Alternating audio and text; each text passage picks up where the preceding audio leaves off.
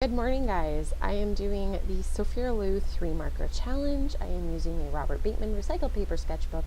You can get those readily available at your local art supply store.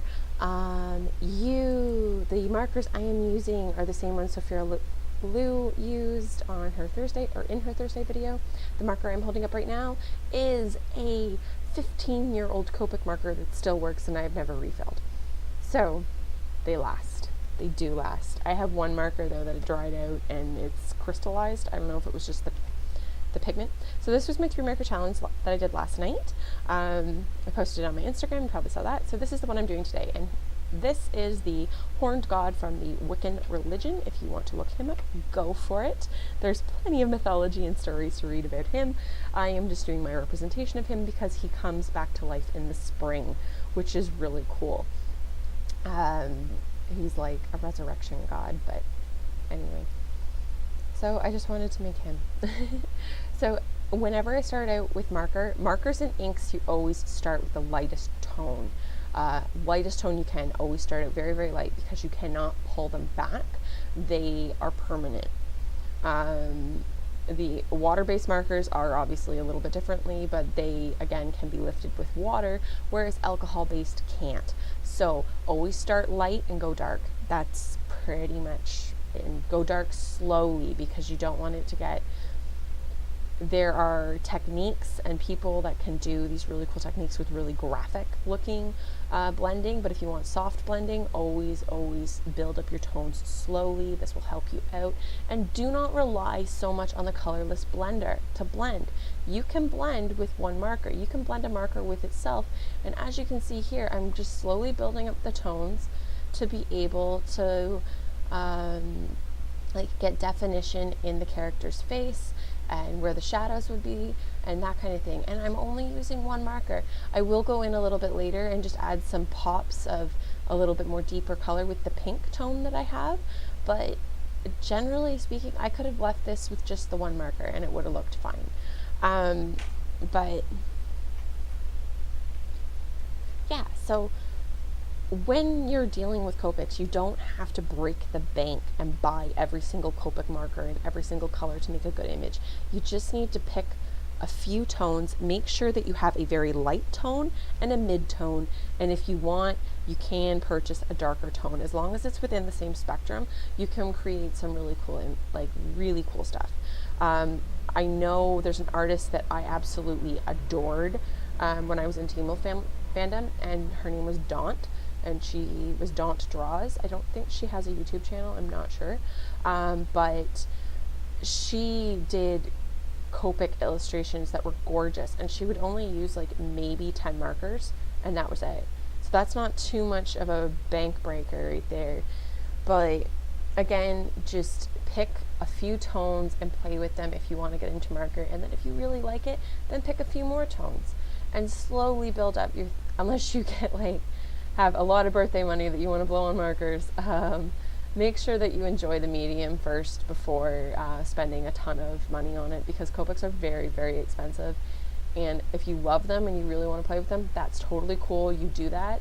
But if you are not sure, just buy a couple of them and play with them. And the gray tones, I am 100% behind the gray tones. They are awesome, especially because you can just add pops or tonal value to any of your illustrations in your sketchbook. So anyways, that being said, so what I'm doing here is I'm trying to just get the base foundation colors down, and then I will go in and I'll start to try and blend a little bit and building up the tones with the green. I really think I'm going to go back in with the green and just do a few more areas with a little bit more darker depth. And right now I'm playing with my computer because it had a virus come up on it. It was like, you have a virus. I'm like, oh great, that's wonderful.